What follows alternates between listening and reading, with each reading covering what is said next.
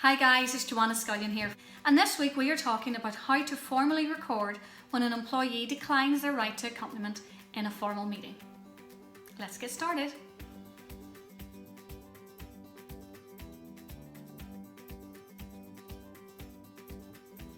Hi guys, it's Johanna here and a HR business consultant. So, continuing in our HR Spotlight series, we're now moving on, or we're staying in that area of engagement. And we're talking about situations where employees are invited to formal meetings where the statutory right to companionship applies. What is the statutory right to companionship? I've done another little video on that. If you click on the link below, you'll see where that is. But these are meetings, normally a disciplinary or a grievance meeting, where an employee has the right to be accompanied by a colleague or a trade union representative. As I said, there's more detail in that other video. But what happens when an employee declines that right to be accompanied? As the manager or as the business owner or as the HR professional in that meeting, you want to ensure that you have a formal record that the employee was advised of their right and by their own choice have decided to proceed with that meeting unaccompanied.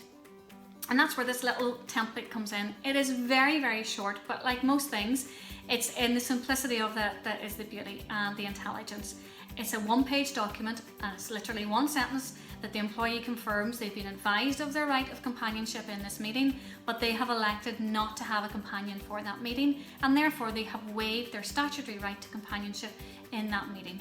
And then they sign it and they date it. Very simple, but very important. It then becomes an official record of your meeting. It can be included of the minutes of that meeting, and it is proof, should there ever be any questions further down the line, that the employee was advised of their right to companionship and that they elected of their own choice not to have a companion in that meeting and to proceed in absentia without a companion. Very important if you're doing these type of meetings that you have everything recorded, because I have been in situations where something has happened and further down the line a former employee has denied ever having such conversations. So if you get them to sign for it, it's written proof. That's it for now, guys. One of the more icky types of things that we come across in HR, but still it's one of the things that we have to deal with, and one of the topics I'm more than happy to help you out along the way.